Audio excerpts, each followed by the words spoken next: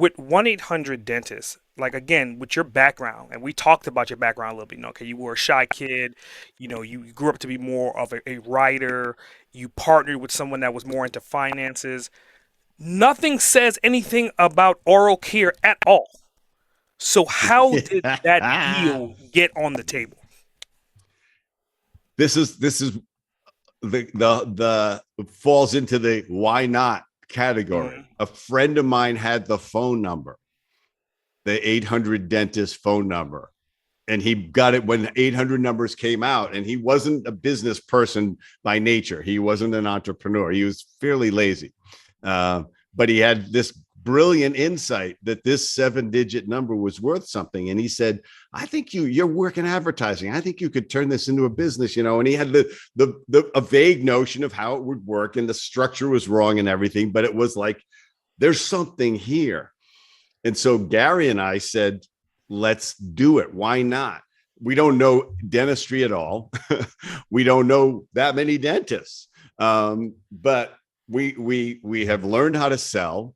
And he was a great salesperson. I was a great copywriter. I'm calling myself. I was an effective copywriter, Mhm. and it was just good luck because the formula worked. What it cost us in advertising to get a new patient for a dentist was worth it to the dentist plus our profit.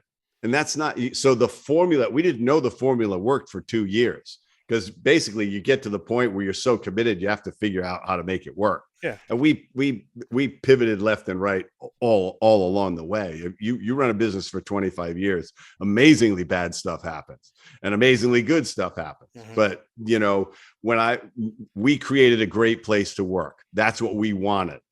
It didn't matter if it was dentistry or not. It just, everybody had to win. The dentist had to win, the patients had to win, the employees had to win, and we had to win. Mhm. And if the formula wasn't doing that, it didn't matter if it was profitable. Mhm. Money was tertiary to us. We wanted a great place to work. We wanted everybody to win. But you want to talk about a great place to work? My last month at work, we celebrated 3 25-year employees. Mhm. These people had given me their entire adult life working for my business. Wow. It made me so proud of that. And I'm so grateful because you get people who support the culture.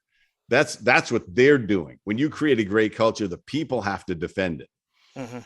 because you get 250 people. You can't defend it yourself anymore. You can lead from the top, but they're the ones day by day that are defending it.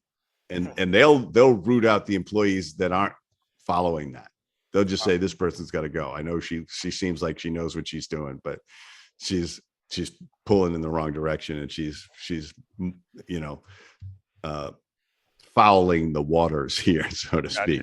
So that's and what happened is I met a bunch of really terrific dentists who became good friends of mine. I learned a lot about how to help dentists succeed with all of their marketing and all of their patient experience stuff. And I aggregated that knowledge and communicated it, and developed a significant reputation in the industry for myself, not just for 800 dentists.